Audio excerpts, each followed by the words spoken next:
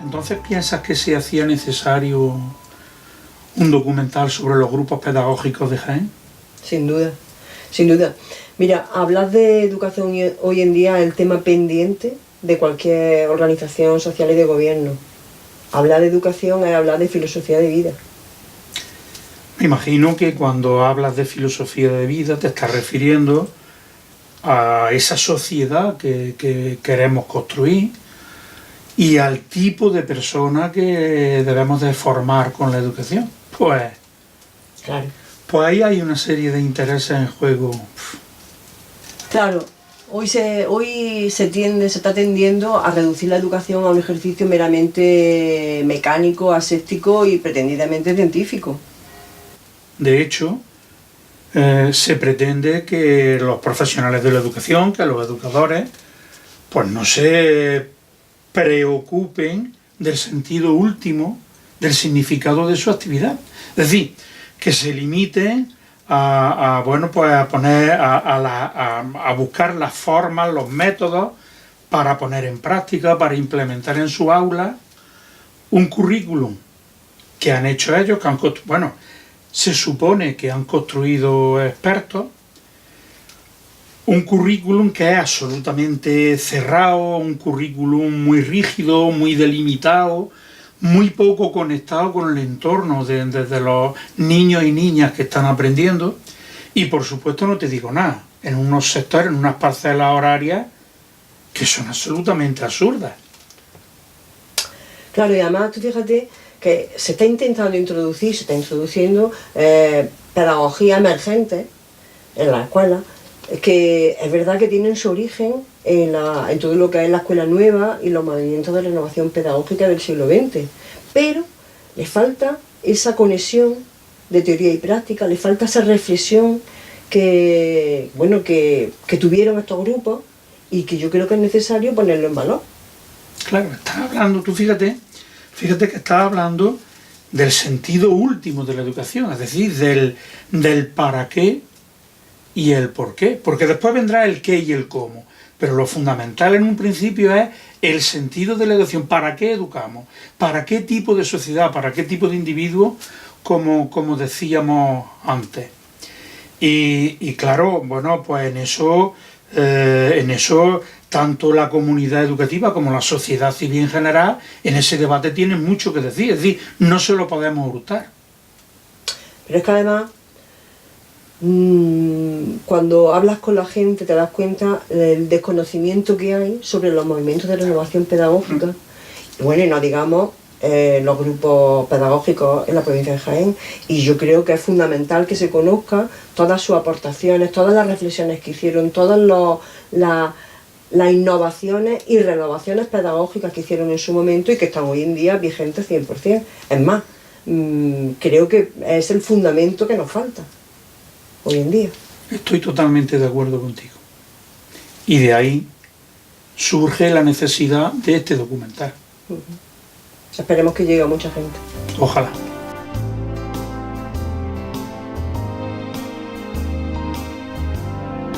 En los primeros años de la transición, recién muerto el dictador, la gente de izquierda, quienes éramos enseñantes, nos planteábamos ya desde el principio el cambiar el modelo de escuela en el que estábamos inmersos. Y el cambiarlo desde una óptica evidentemente ideologizada. Son los años famosos del movimiento de maestros, hablamos de los años 77, 76, 77, en los que había una gran movilización y en la enseñanza eso se reflejaba en muchas reuniones, muchos contactos, y a partir de ahí intentando unir a este movimiento pedagógico a más gente, creamos lo que luego se denominó los grupos pedagógicos, que se coordina y se federa tanto a nivel andaluz con otros movimientos de renovación pedagógica de las diferentes provincias andaluzas y también con otros movimientos de renovación pedagógica del resto del Estado. Yo creo que las primeras jornadas las hicimos en el año 81, con lo que ya los grupos teníamos un mínimo de estructura como para organizar ya unas jornadas pedagógicas, ¿no? Aunque la constitución del legal de los grupos, la inscripción en el registro fue en el año 83. Yo la primera reunión que tuve así de compromiso con la escuela y demás fue una asociación que se creó, que era antiguo alumno de magisterio. Esa fue la primera. A raíz de aquello vino el movimiento de maestros y empezamos a reunirnos en Canela, en Linares, en la estación Linares Baeza. Allí empezó, realmente para mí aquello es el comienzo del grupo para mí. Lo que nos hizo que nos abriéramos a otra forma de escuela. Yo pienso que fue muy importante cuando acudíamos a los primeros encuentros, el que veíamos en Cataluña los movimientos pedagógicos, que de ahí mamamos muchísimo, hicimos muchos encuentros. Fuimos a Barcelona, traíamos a personas de Cataluña porque veíamos que era lo que en aquel momento marcaba Federico un poquillo. Martín Nebra, de Madrid. Exactamente. Y entonces yo pienso que primero fue el tema político y de ahí nos llegó al tema de la innovación. Y claro, lógicamente la dimensión sindical en la enseñanza no podía dejar de lado la dimensión pedagógica. Bien por atraer gente, como ha dicho Jesús, bien porque tú te sentías incompleto si estabas opinando de que era necesario un cambio en España y en la escuela no había que hacer un cambio. Entonces era evidente que... Entonces me parece que fue un movimiento general, nos encontramos bastantes grupos de gente, de amigos, que ya éramos incluso desde la escuela de magisterio, gente que estaba en Jaén, que estaba en Linares, que estaba en Úbeda, que estaba en Segura. Y dentro de ese movimiento pues surgió. Así que yo no le pondría para empezar una fecha concreta. Yo creo que hubo varios hitos que se podrían comentar y por ahí iría el tema. Y en el año 79 se hace una reordenación de las plazas en esta provincia, se mandan a muchos profesores a Cataluña, se quitan plazas de adultos y se reestructuran los colegios, y frente a eso este grupo de personas, estamos aquí con otras, unos 11 o 14 personas, nos encerramos la segunda semana de septiembre del año 79 en la Delegación de Educación. ¡Qué memoria! Y ese encierro fue para mí crucial.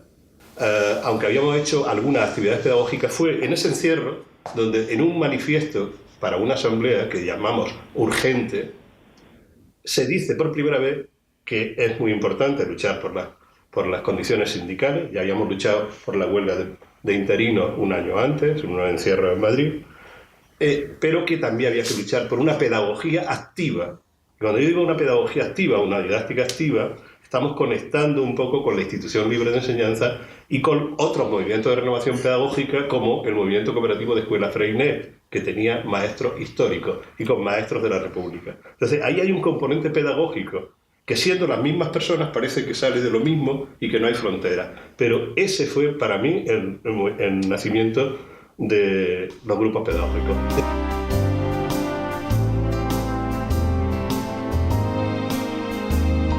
Yo empecé los grupos pedagógicos cuando se fundaron y estuve hasta el final de mi carrera en la escuela, hasta que me jubilé. Y la dedicación era exclusiva, totalmente exclusiva. Se mezclaban todos los temas, desde la escuela, desde temas personales, desde la amistad, desde el trabajo, como ha dicho Alfredo, a nivel del pueblo en el que estábamos, que era La Guardia. Empecé a trabajar en Madrid el año que murió Franco. ¡Hala! Y al año siguiente me mandaron al País Vasco y estuve allí 3 maravillosos años. Allí conecté en unas escuelas que se hicieron en lo que hoy es la Universidad del País Vasco. Conecté con Manolo Navarro, uno de los popes de la antigua, del antiguo MECEP, y desde ahí, pues, con unos compañeros que había allí, pues naturalmente allí empezamos ya a hacer cositas sobre escuela nueva y escuela popular y toda esta serie de cuestiones. Yo llegué aquí ya destinado a Torre Perogil, y aquel mismo año asistí a una jornada y fui allí como observador a ver aquello cómo se cuajaba, ¿no? Y recuerdo que dijeron que nos veíamos al principio de curso en el Colegio de la Guardia. Y bueno, allí fui, y con personal totalmente individual, y pues allí fue donde me lanzaron los primeros contactos con los cuales desarrollé ya el curso 79-80. El curso 78-79 fue cuando fuimos a Torre Perogil, y después de un par de años llegó Félix Gil y él fue el que nos habló de que había un grupo, un colectivo en Jaén, que estaban trabajando por la innovación educativa, por la escuela pública, por trabajar con metodologías innovadoras y toda esa historia. Y entonces a nosotros eso ya nos sonaba de algo después de la experiencia de Canarias. Y dijimos, venga, vamos adelante, vamos a trabajar. Yo recuerdo que al mes de llegar a Las Palmas, me montaron una tarde en un coche y me llevaron a que aprendiera. Y empecé a oír, a nombrar a Freire, a Tonucci, a Rodari, pero justo cuando llegaba un mes. Cuando llegué a PEAL, necesitaba algo parecido a lo que yo había vivido durante tanto tiempo, ¿no? Recuerdo que ese mismo año llegó Juan Miguel Zacero al mismo colegio donde yo estaba, al único que había entonces, y le dije, pues mira, tengo necesidad de trabajar más o menos como he estado trabajando hasta ahora, y me nombró a los grupos pedagógicos. Y una tarde que era de otoño, sería por esta fecha, dice, tenemos una reunión en Úbeda, vente y conoce a la gente. Y entonces aquella tarde pues conocí a Guillermo y a Antoñita, aunque yo creo que ya los conocía antes. Sí, ya los conocemos. Pero conocí a Félix, a Juanjo Gordillo, a Javier, a Mari Carmen, también estaba Pepo Delgado, Pepe Román. Y entonces pues ya por primera vez oí hablar de los grupos. Cuando yo llegué a los grupos fue un poco por accidente, en la línea de que me trasladé en una permuta a Campillo de Arena, y allí pues empecé a tomar un contacto directo con algo distinto de lo que se hacía habitualmente en la escuela en la que yo había estado. Entonces, a partir de ese punto, yo empecé a aumentar mi contacto con el mundo de los grupos, ¿no? Mi madre siempre decía, a quien en buen árbol se arrima, buena sombra le cobija. Y entonces vi que la mejor forma de yo aprender en la escuela y de ser un buen maestro era pues arrimarme a los mejores. Y en aquel punto pues los mejores erais pues vosotros. Y agradecí desde el principio pues vuestra amistad y vuestra forma de hacer las cosas, y de aquella forma de convivir, que como ya en algún momento habéis señalado, estaba en lo primero la amistad y luego una forma distinta de trabajar en la escuela.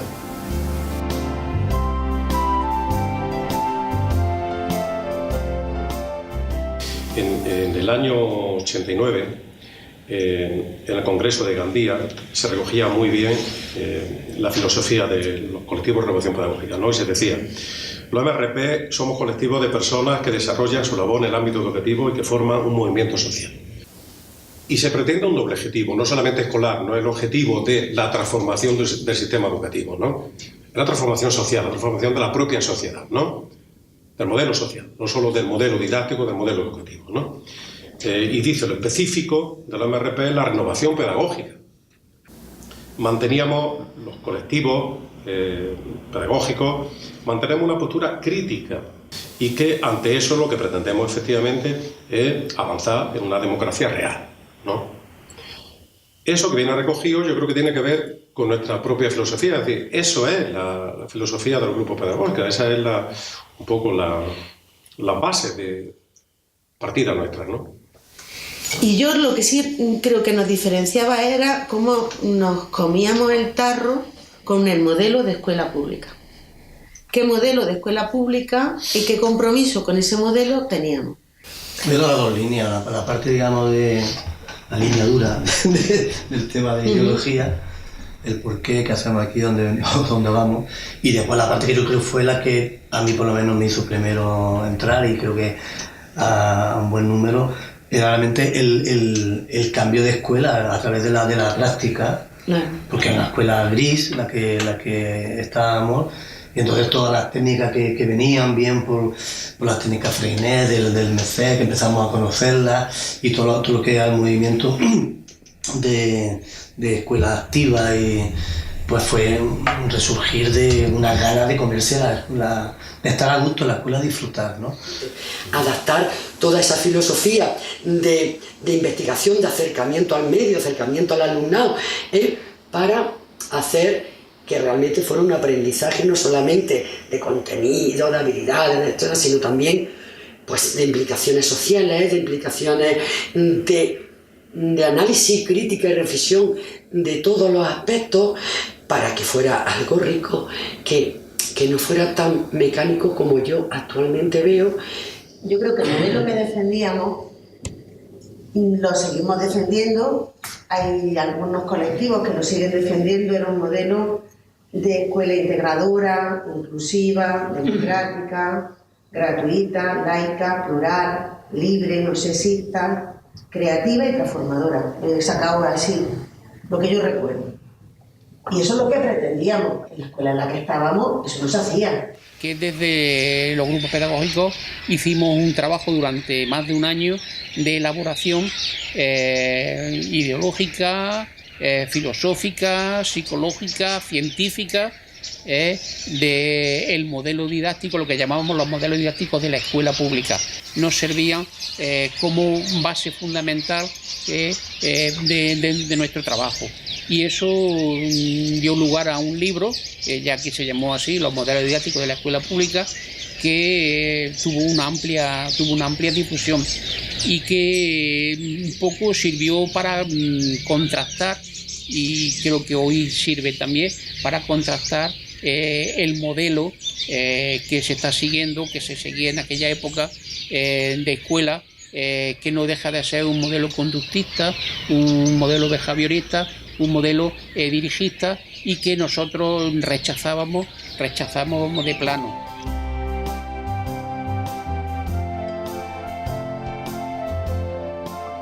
A mí me parece que fue un movimiento esencial en cuanto a los cambios que se necesitaban en la educación de la provincia.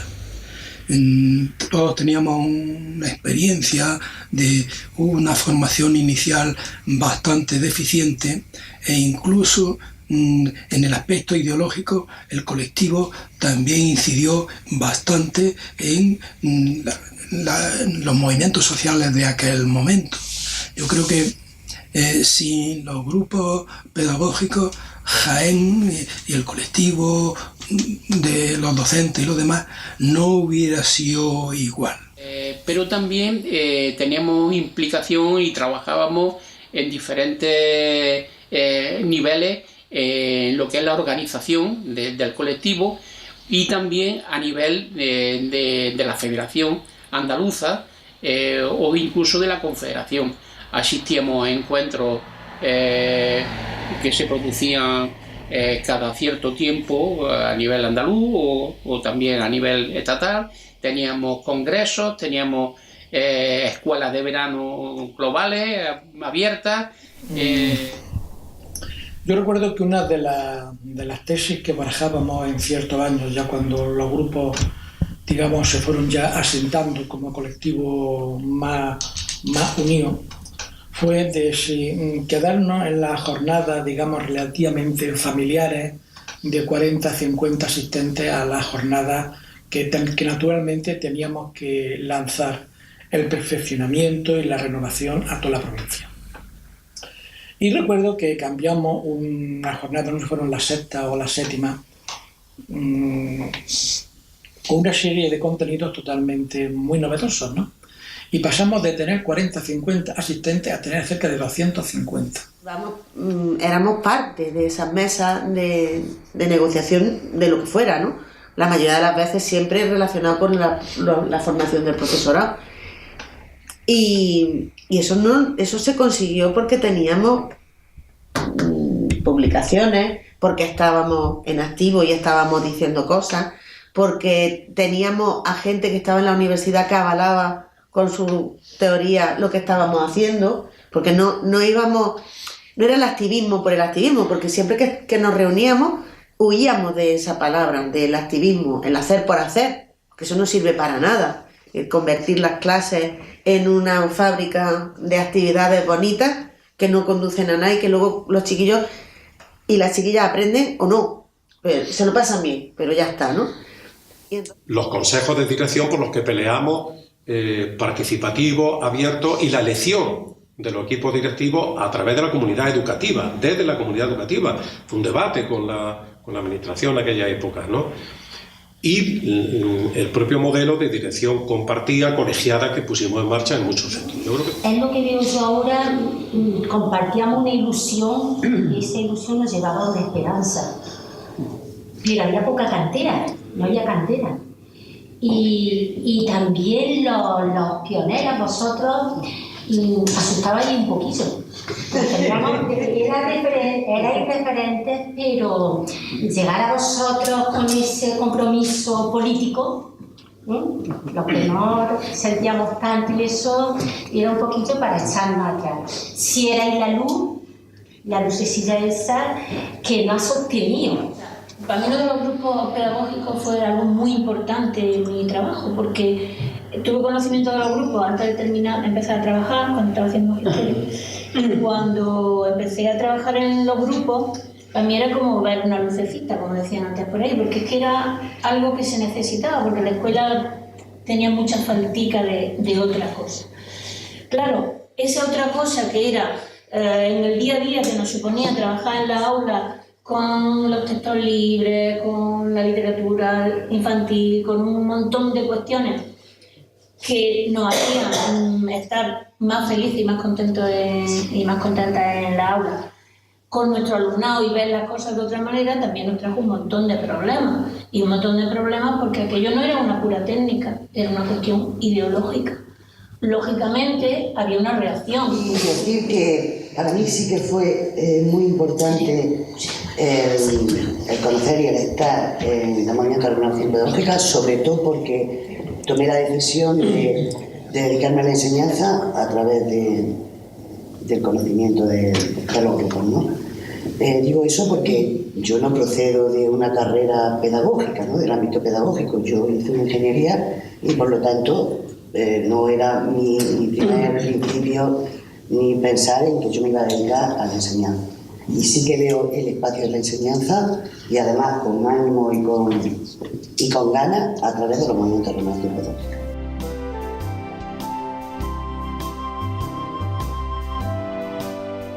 ¿Qué conseguimos? ¿Qué transformación conseguimos hacer en los movimientos de renovación pedagógica? Evidentemente, el aula en la que durante un curso estábamos, el aula se transformaba totalmente. Desde la posición, desde la metodología, desde el agrupamiento, desde todo. Allí, aquello era algo absolutamente diferente al resto de. Pero bueno, ¿y qué? Vale, había transformado mi aula. Claro, eso nos quedaba un poquito corto, entonces íbamos a algo más por aquello que yo decía un poco antes, lo que queríamos era transformar la sociedad, entonces había que transformar el centro. Y en la transformación del centro a raíz de mi metodología en el aula sí se dieron cambios muy importantes. Se llegaron a copar, entre comillas, colegios enteros, desde la dirección hasta el último conserje. Y entonces el colegio cambiaba. Absolutamente cambiaba. Intervenían los padres, se tomaban los consejos escolares, se hacían talleres, se hacían encuentros escolares, salían fuera del aula, considerábamos el espacio abierto de la educación más allá de la aula. Aquello fue una transformación. Una de las cosas que yo aprendí con los grupos es analizar la práctica, a sentir que es necesario evaluar continuamente qué estás haciendo y si eso te lleva a hacer lo que quieres hacer, o te estás dejando llevar por las ideas que tienes. Y luego, a nivel pedagógico, yo creo que fundamentalmente ha quedado relaciones personales, o como dice Jesús, huellas en muchos alumnos, porque después lo has tratado, lo has visto y ellos mismos han venido a comentarte, pues, esa empatía con la que trataba la gente, esa forma de tratar a cada uno de una manera, esas posibilidades de optar, porque nosotros, por ejemplo, en Pegalajá organizamos un ciclo entero, gracias a que éramos un grupo numeroso, que en una determinada hora del día había talleres libres para que cada niño se asignara con independencia del curso. Toda esa posibilidad de optar, de negociar con ellos, incluso con los planes de trabajo que cada niño firmaba, por lo menos en mi clase, a principio de semana. Yo me voy a comprometer a esto y esto, y yo mismo me voy a evaluar. Teníamos un delegado de padre y de madre, que cada año se elegía, que a la asociación de padres nosotros le llamábamos AMPA, porque queríamos, entre otras cosas, porque eran las madres las que más participaban, y tenían una participación increíble. Participaban en talleres, acudían cuando hacíamos carnavales, si se hacían certámenes de teatro que funcionaban muy bien a todos los niveles. Eso lo trasladé a la relación que aprendí de vosotros en el tema de la investigación en la escuela, de la participación de los alumnos, de la convivencia, y también en el elemento de relación con los padres, con la familia, que creo que fue punto en que los grupos pedagógicos daban una novedad con respecto a cómo había sido la escuela antes. Veníamos de una escuela franquista a tope, una escuela autoritaria, donde el niño y la niña no tenían palabra para nada. De ahí se pasó a una escuela donde la asamblea funcionaba, donde se podían expresar, donde los libros de texto no tenían la importancia máxima, donde se trabaja también con la comunidad educativa, donde la escuela de padre y madre funciona de verdad, donde en la junta de evaluación niños y niñas pueden expresar sus pareceres.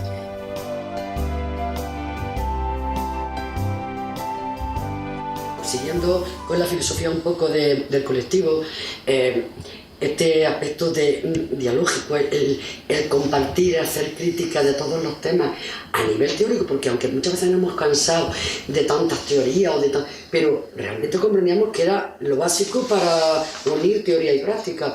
Todas las pedagogías que están hoy en día, que en el fondo son adaptaciones de lo que nosotros hacíamos hace 40 años, pero están desideologizadas, están totalmente desideologizadas, son totalmente acríticas, les cambian, les ponen unos nombres de acuerdo con el modelo, les quitan todo lo que nosotros le habíamos dado de análisis crítico de la realidad y de un modelo de sociedad diferente, y entonces están haciendo muchas de las cosas que nosotros hacíamos, con diferentes nombres, pero para conseguir un tipo de persona, un tipo de ciudadano, de ciudadana totalmente diferente, totalmente acrítico. Veíamos que se nos quedaba como corto el MECEP, porque estaban como muy centralizados en las técnicas Freinet.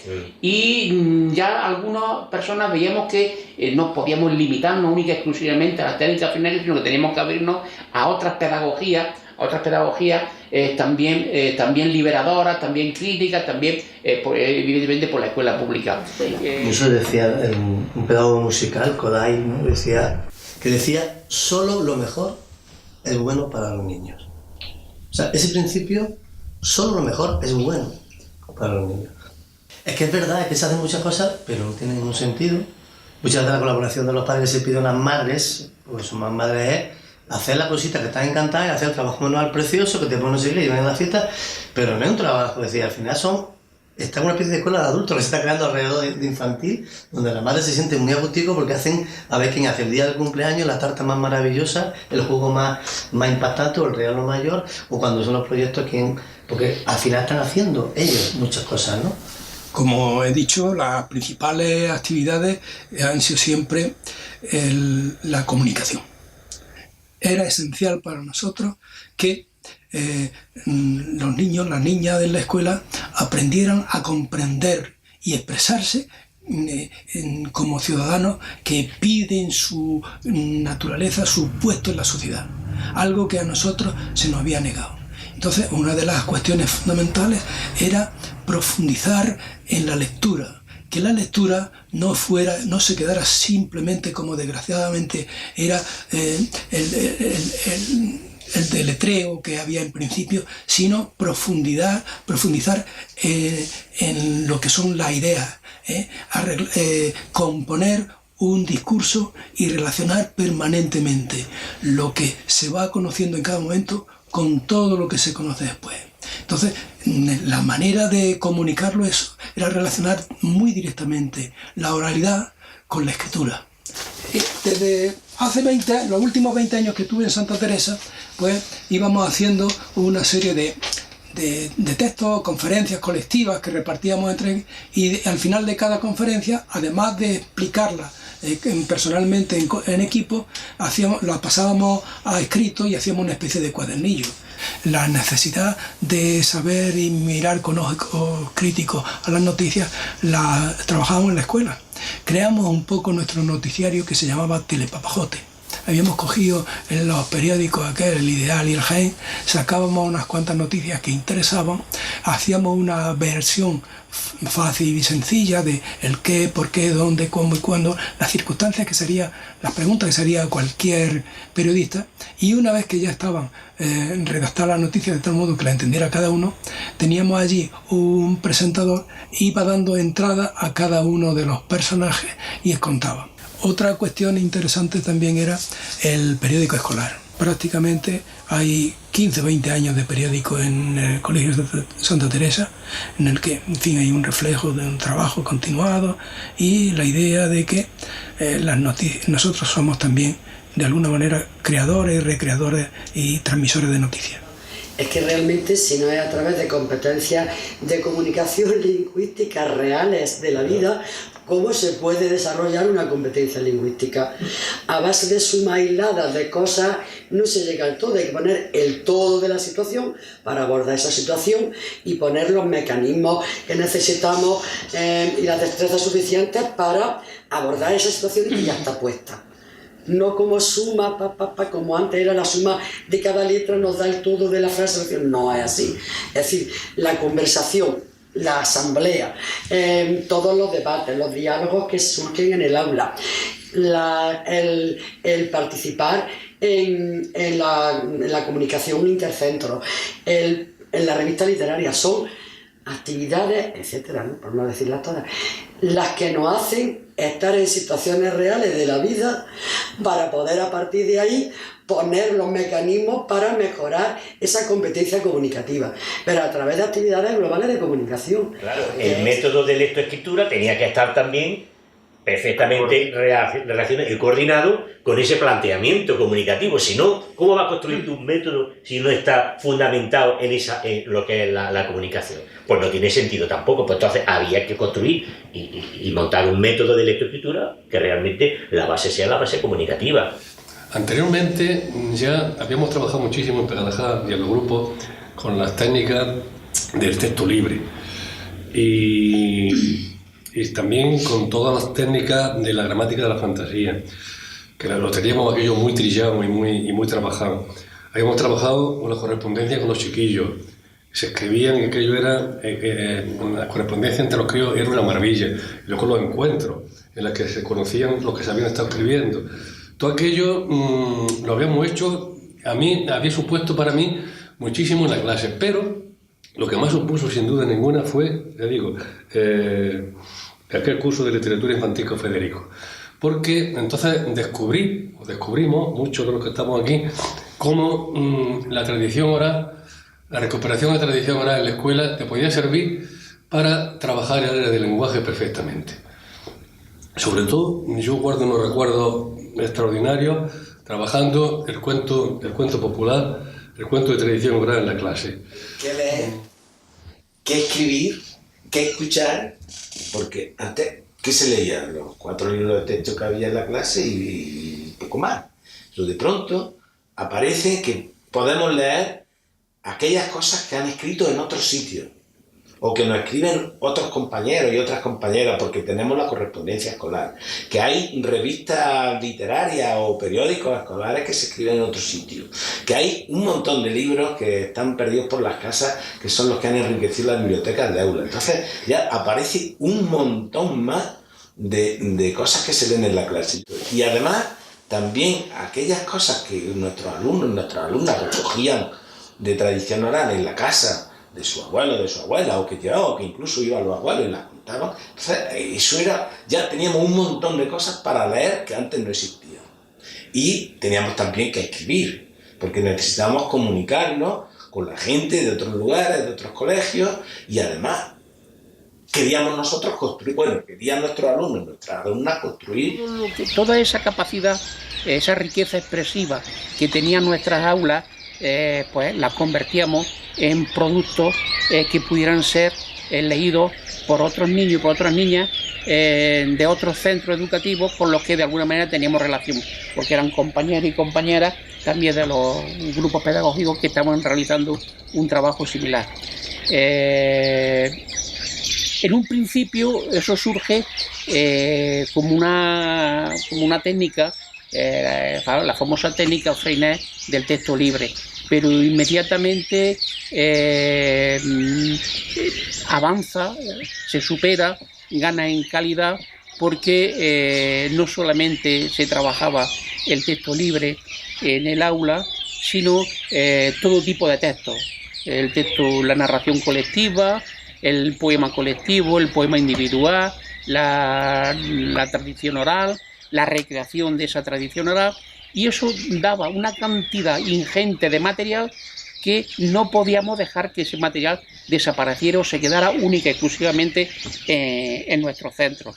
Y de ahí el que surge la necesidad de realizar una revista, en primer lugar, Mágina, circunscrita a los pueblos los que estábamos en el entorno de la Sierra de Mágina, y después La magia de las palabras, donde se amplió a otros pueblos de la provincia, en el que también estábamos presentes los grupos pedagógicos. Pero tenía como fundamento una manera de trabajar en el aula diferente, en la que la expresión oral y la expresión escrita desde cualquier punto de vista tenía una relevancia importante. Para mí lo del texto colectivo fue un descubrimiento increíble, porque permitía que esos niños y niñas que no tienen la facilidad que tienen otras personas para expresarse, lo vivían como suyo, y creo que la autoestima se la subía bastante. Y luego los últimos números de La magia de las palabras también tenían unas páginas centrales que eran dedicadas al profesorado.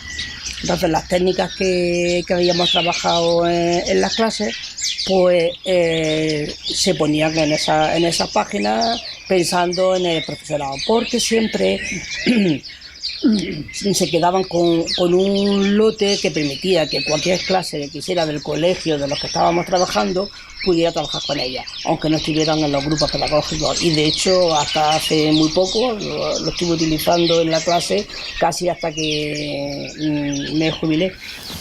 Bueno, en matemática más o menos es que es la misma trayectoria, es decir, con situaciones reales y situaciones hechas en el aula, dramatizadas, de posibles realidades que se le puede presentar fuera, vivenciadas, y después manipulando materiales de la vida cotidiana, hasta pasarlo después a materiales que le puedan dar base para seguir trabajando un poco más semiconcretos, un poco más abstractos, para poder hacer todas las operaciones matemáticas, situaciones problemáticas.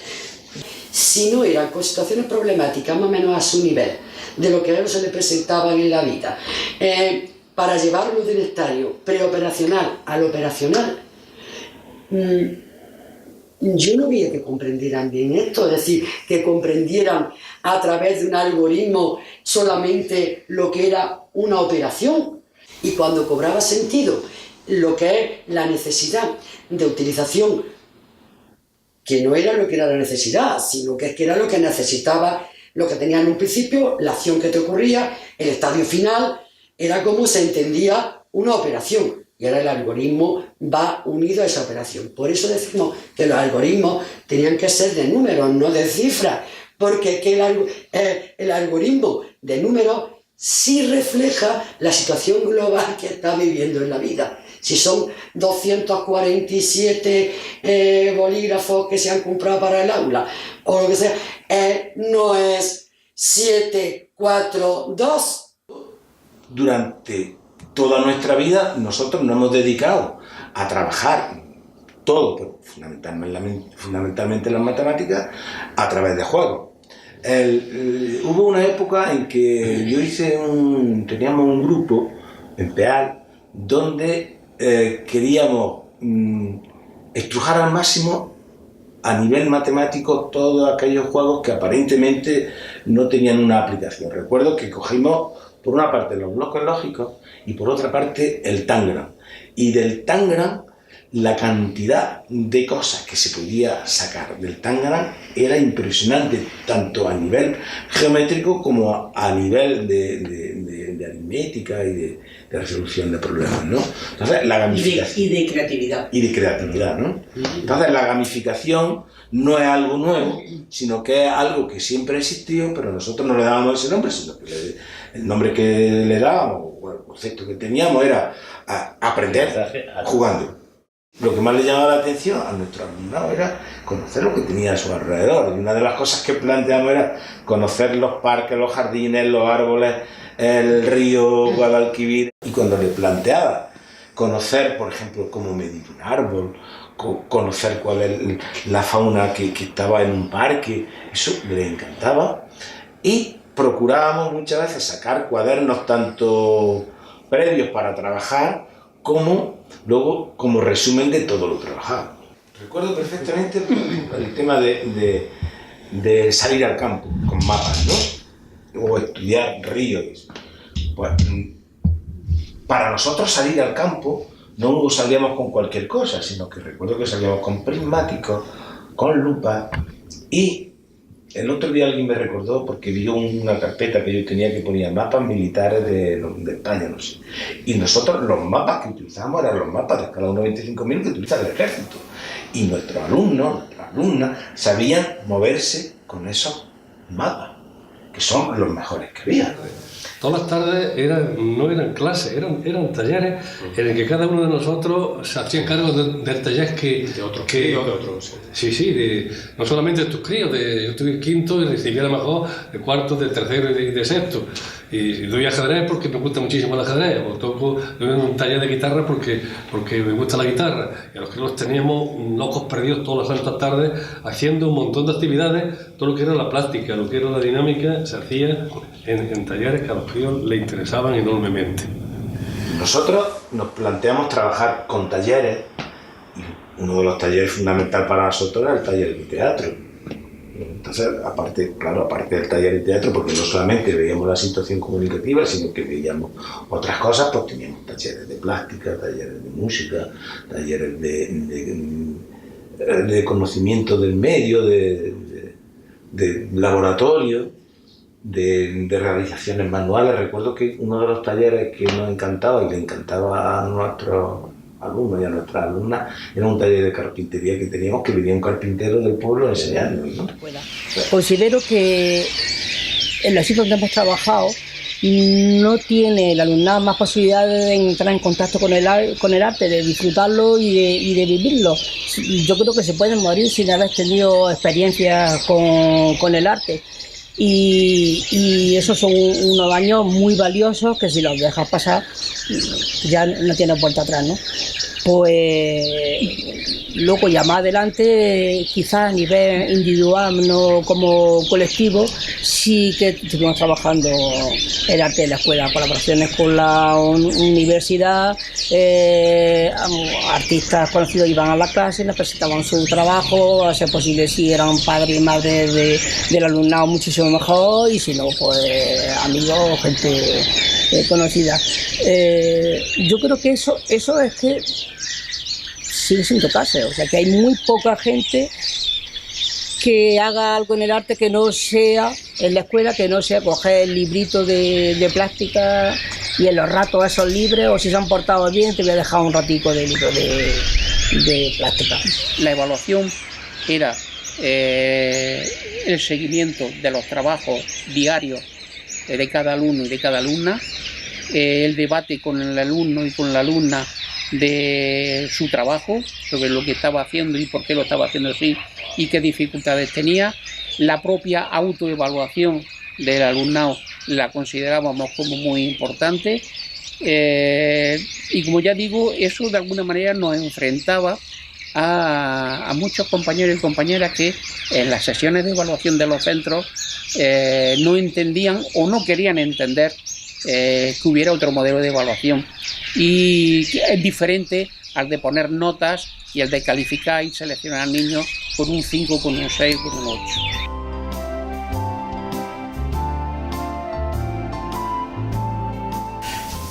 Las dificultades más significativas han sido muchas veces la incomprensión y la rutina que hay en la propia escuela para abrirse al cambio. En la escuela, en los colegios, hay un porcentaje, o había un porcentaje importante del profesorado que temía perder la seguridad que da la lección magistral y tenerlo todo completamente controlado. Entonces, ese es el miedo que tenían en determinado momento a dar el salto y acompañar, y que el trabajo que algunos de nosotros hacíamos en algunos colegios quedara un poco como una especie de guerrilleros que hacíamos la guerra por nuestra cuenta y que no se insertaba, como sería ideal, en un trabajo de equipo, un trabajo de grupo que dejara una tradición de colaboración y de reflexión colectiva de la sociedad en la que estábamos trabajando, el contexto, esa comunidad en la que estábamos trabajando. Uno de los hándicaps que teníamos nosotros como colectivo y la mayoría de los MRP era nuestra nula incidencia en las enseñanzas medias. Y bueno, pues eso éramos un poco vistos por parte de ese segmento profesional, así que una especie de mirada hacia abajo diciendo estos son maestros. Con la administración, pues yo creo que tuvimos tiras flojas. Hubo momentos de más cercanía, de más proximidad a la administración, quizás los tiempos en los que el gobierno socialista empezó un poco, ¿no?, a hacernos guiños, y momentos en los que empezamos a estar mucho más distantes, pues porque la reforma del sistema educativo, la reforma educativa, no respondía a lo que estábamos planteando, no respondía a los principios, a los objetivos de una escuela pública y popular andaluza. Y entonces pues chocábamos con el planteamiento de la administración, ¿no? Que la incomprensión efectivamente existió en algunos sectores, en algunos momentos, pero yo creo que a lo largo de los años de trabajo que hemos tenido no ha sido el principal elemento, la principal dificultad que hemos tenido, ni ha sido un obstáculo tan grande, ¿no?, para nuestra vida profesional. A lo largo de los años de trabajo hemos demostrado, y creo que hemos sido reconocidos, los compañeros de Por el Claustro, como una gente trabajadora, dedicada a la escuela, con un grado de compromiso con la escuela y con el pueblo. En grande, yo creo que en ese sentido hemos sido respetados.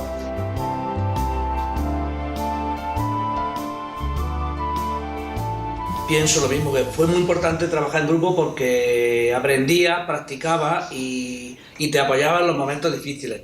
Yo hablaría también, como ha dicho Paqui, de una transformación personal. Cuando hablamos de qué transformaciones se dieron en el aula, también personal nuestra. Para nosotros fue un enriquecimiento político, pedagógico y afectivo, no solamente con el alumnado y con muchas familias, sino con la gente que componía esos grupos.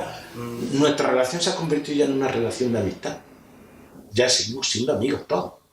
Y aunque nos veamos de tarde en tarde, mantenemos esa relación de amistad. Nos alegramos enormemente de cualquier cosa buena que le pase a cualquiera de nosotros. Y si alguno está en un momento más, también de la problemática de las personas. La unión que se ha dado desde el primer momento entre nosotros es algo que se mantiene. Eso es de agradecer a toda la gente del grupo. En cuanto al crecimiento personal, yo creo que no fue solo a nivel de la gente que estábamos en los grupos, sino que se extendía a otros grupos, desde el alumnado hasta la familia. Y me acuerdo de un caso, los primeros años que trabajamos en La Guardia, hicimos una escuela de madres y padres, y lo curioso es que se trataban cantidad de temas, muchísimos temas. Ya no eran temas que tuvieran que ver con la escuela, sino con la sociedad en general y con el mundo en el que vivíamos. Y después después de cada reunión, se hacía una revista que se mandaba a toda la familia con un poco de resumen de lo que se había hablado y, digamos, la teoría o lo que queríamos que llegara a las casas. Estuvimos por lo menos 2 o 3 años. Y los primeros años, pues había una madre que tenía yo, la niña en la clase, que era gitana. Y yo vi que asistió el año entero, en todas las reuniones estaba allí ella, se llamaba Rita.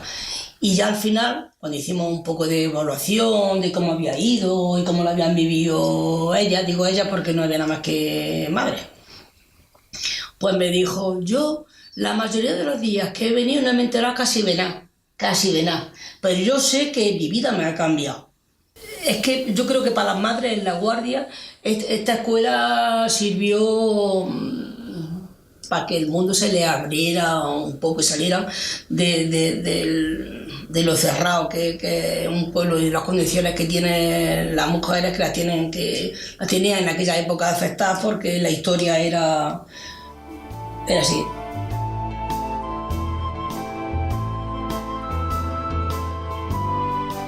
Bueno, otra referencia sería cómo está hoy la renovación pedagógica en toda España, ¿no?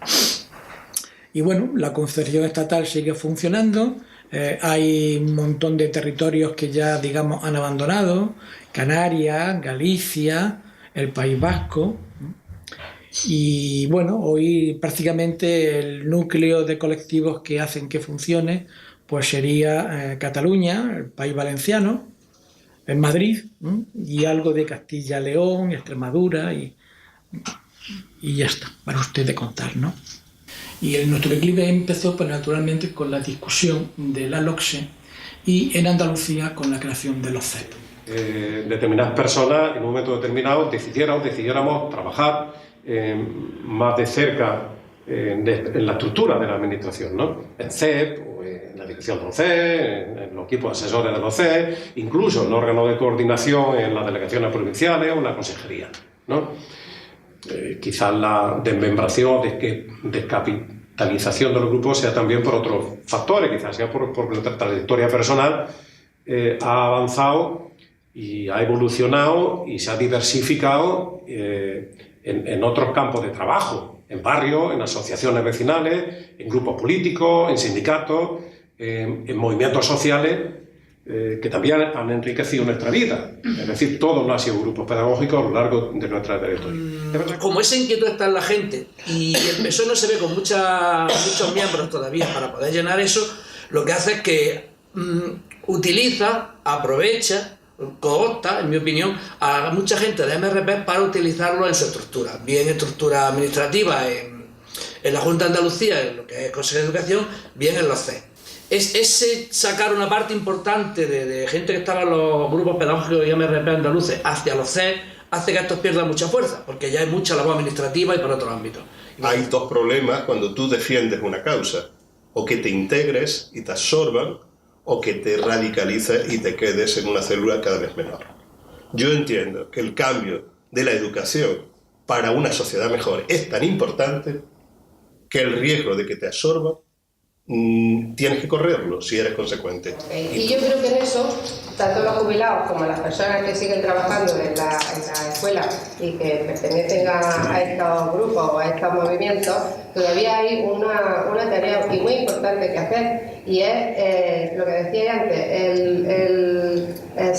salir de este enclaustramiento, de esta crisálida en la que nos hemos venido moviendo, utilizar esas nuevas tecnologías y esos medios de comunicación y el internet, las redes sociales y todo eso, pues para crear opinión, que es donde hoy se crean todas estas cuestiones. O sea, yo no me siento derrotada. Hace 2 años o así me encontré a una antigua alumna mía que me presentó a sus hijos y me dijo: Petri, yo no sé cómo aprendí a leer, yo no sé cómo aprendí a escribir, yo sé que me lo pasé muy bien y ahora tengo a mis hijos, que me los presentó, dice que es un calvario, que me paso con ellos con la cartilla un montón de tiempo, que con los cuadritos, dice que aborrecen ir a la escuela. Entonces, para mí, aquel simple me ha hecho sentirme pues que he cumplido mi labor.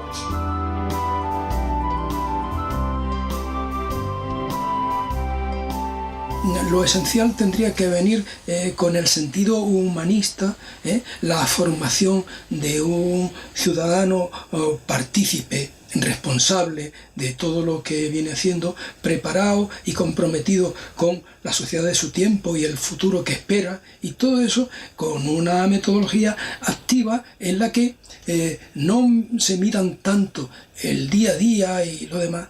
Yo encuentro de verdad desastroso que se haya roto esa globalidad que forma a la persona. Pero no responden a un modelo de escuela, no responden a un cambio de otro modelo de escuela, de otra escuela posible, ¿no? Entonces, ¿qué pasa? Pues que se quedan ahí y no se cuestionan prácticas, no se cuestionan ninguna práctica. La hacen y la hacen lo mismo que si estuvieran trabajando en Sevilla, que si estuvieran en el Polígono del Valle o si están trabajando en RUT, como yo estoy trabajando. Entonces, se ponen a hacer proyectos, por ejemplo, que es muy interesante el trabajo por proyectos. Ese ya se venía haciendo con los MRP y en las escuelas con las técnicas Freinet y con Freire de fondo y con las comunidades de aprendizaje que nacieron también de los MRP, y se venía haciendo. Pero ahora los proyectos se hacen y se hacen igual, en un sitio que en otro. Y está muy bien que se hagan proyectos y que se implica a la familia, pero no se tiene en cuenta qué familia estamos implicando. Entonces, lo único que conseguimos, conseguimos en muchas ocasiones aumentar las diferencias con las que vienen a la escuela. La escuela tiene que ser compensatoria, sí o sí. O sea, ahora mismo el drama es ese, que la escuela tiene que competir con la escuela concertada y con la escuela privada, la escuela pública digo, y en ese ambiente estamos perdiendo. Por lo tanto, yo creo que un elemento significativo es el proceso de degradación de la pública para que vaya aumentando la opción de elección en la escuela concertada, y por otro lado la falta de compromiso de todas las nuevas generaciones que están viniendo, que carecen de escuelas de formación inicial en la universidad, en las escuelas de grado, de aparcar todo lo que es los métodos de enseñanza innovadores y de renovación pedagógica, y apostando simplemente por los procesos más competitivos y más mercantilistas de la educación. Entonces, las características, yo creo que no sé si merece la pena decir, bueno, pues estas eran las características que decíamos en los años aquellos, ¿no? Prácticamente similares. Gestionada democráticamente, una escuela pública laica, socialmente comprometida con su entorno, etcétera, etcétera, etcétera. Esas características son. El problema es lo que acabas de decir tú, que no es que no se haya avanzado hacia ese modelo de escuela pública, ese modelo que defendíamos, sino que la concertada le ha comido muchísimo terreno y hay una competencia desleal entre fondos públicos que se van aquí y allí, gestionados por ellos. Claro, todos veíamos bien que hubiera un concierto para pretender que todos los niños fuesen a la escuela, pero para correr tiempo y quitando esos conciertos porque íbamos a ir haciendo escuelas públicas. Cuando los gobiernos se han recreado en esos conciertos y han visto lo fácil que es tener a todos los niños escolarizados sin necesidad de hacer edificios nuevos, de hacer nuevos colegios, pues se han dormido. De esta forma se han dormido y algunos lo que pretendían era dormirse también. De tal forma que ahora no hay nadie, ningún gobierno capaz de decir quito los conciertos porque hay escuelas públicas. La Marea Verde, por ejemplo, ¿no? defensa de la escuela pública, una escuela más plural, más abierta, más crítica. Yo creo que es interesante, es decir, ese tipo de movimientos, yo creo que nos recuerda un poco aquellos tiempos nuestros, y yo creo que eso que está ocurriendo ahora, ¿no? Que se está generando, ¿no? Se ha generado y que continúa en muchos sitios. Es interesante, ¿no? Porque además ahí sí hay transversalidad, ¿no? De lucha, no solamente pero en el terreno pedagógico, sino... Verde, yo no sé de otros lugares, pero a la Marea Verde concretamente de aquí... No, yo me refiero en general, ¿no? Le falta el trascender a lo pedagógico, es decir, el dar ese paso de replantearse tu propia acción pedagógica, no solamente de reivindicación de los puestos de trabajo, de los sueldos, no sé qué, que eso no deja de ser una reivindicación sindical, sino que le falta la trascendencia a lo pedagógico. Con la formación inicial y permanente que se tiene en universidad y sistema, no podemos pedirle peras al olmo. Para que haya un buen sistema educativo, desde el punto de vista, estoy hablando ahora ya no ideológico político, sino profesional, necesitas un buen profesional. Es evidente. Las competencias es algo finalista. Competencias para que yo sepa son finalistas. Entonces, si tu fórmula educativa es en ese sentido, podemos discutir qué competencias y con qué utilización.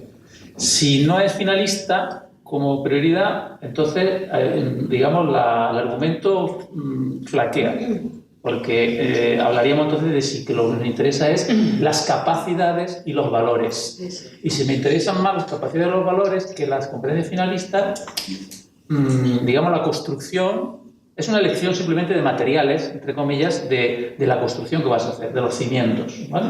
Sí. Lo que quiero decir es que esas competencias, pues a mí no me parecen del todo mal, en el sentido en que a muchos profesores y dentro de los CES, también a profesionales del asesoramiento y demás, han servido para concretar un poquito qué era ese aprendizaje procedimental, ese saber hacer que teníamos que llevarle a la escuela y que muchas veces no sabíamos cómo. Nos queda todavía, y creo que eso es todavía una cosa pendiente, aquel otro aprendizaje, el actitudinal que decía la LOSE, aquellos valores, aquel saber hacia dónde nos dirigimos, se dirige una persona, y ese yo creo que todavía es una asignatura pendiente. Y una asignatura pendiente porque no han entrado tampoco aquellas otras asignaturas que la sustentaban, que de carácter transversal iban a entrar, pero que no entraron de ninguna manera, porque ni había currículum, ni sabíamos cómo hacerlo, ni aquello se llegaba a materializar, y así no se ha trabajado ni una educación ambiental en condiciones, ni una educación en condiciones,